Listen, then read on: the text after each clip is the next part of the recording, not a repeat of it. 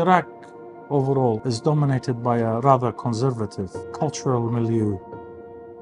The area was dominated by various extremist groups, and they had their effects naturally, culminating with the occupation of Daesh, which used the city of Mosul to declare their caliphate.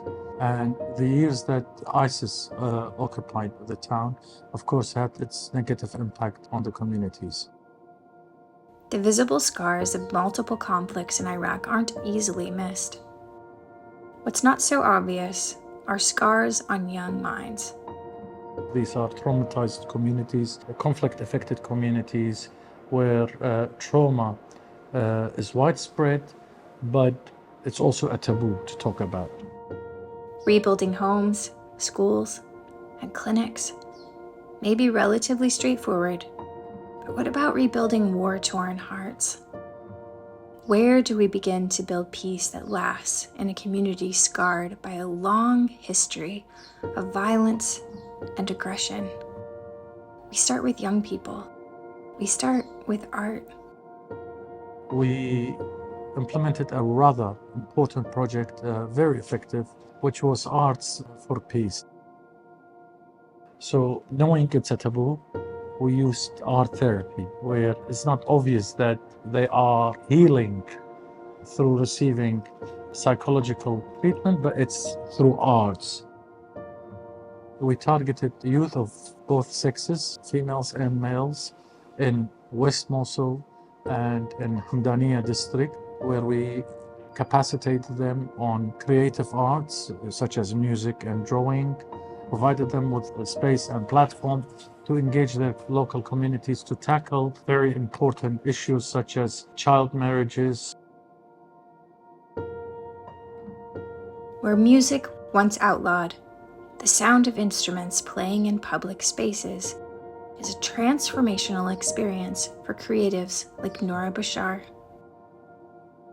يعني في مجتمعنا هالشيء مختلف جدا صار حلو عندي. استفدت كثير من هذا البرنامج. أول شيء كسبت مهارة العزف، ثاني شيء هاي المهارة جدا نادرة بالمجتمع مالتنا أو ببلدنا، فهسه في حال أقدم أي وظيفة كان من يسمعون إنه أنا أحب أو عاد أتعلم عزف الموسيقى يرغبون بي أكثر. A project like this can be controversial in conservative neighborhoods like Mosul. From the very start, Sustainable Peace Foundation has prioritized full community engagement, working with parents, community leaders, and government officials to get all parts of the community behind this initiative.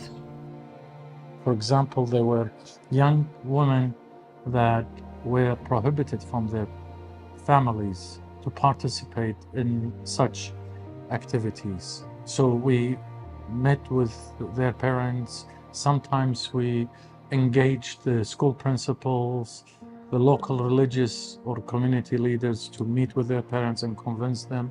And now, as you can see today, it was majority females, and a lot of performances were done by young women. So their parents take great pride once they see they are comforted that this is a safe space, an open space. Healing and peace building through music, art, and community dialogue in a conservative, war-torn neighborhood is a radical idea, but it's fueling hope. There is a Greek saying, which I quite like, hope dies the last. And I think Iraqi people, especially the ethno-religious communities of Nainawa, are a living example of that. The destruction, the death, everything that befell upon these communities, but they still hope. So as long as there is hope, there is a life, there is a future, and yet a better future.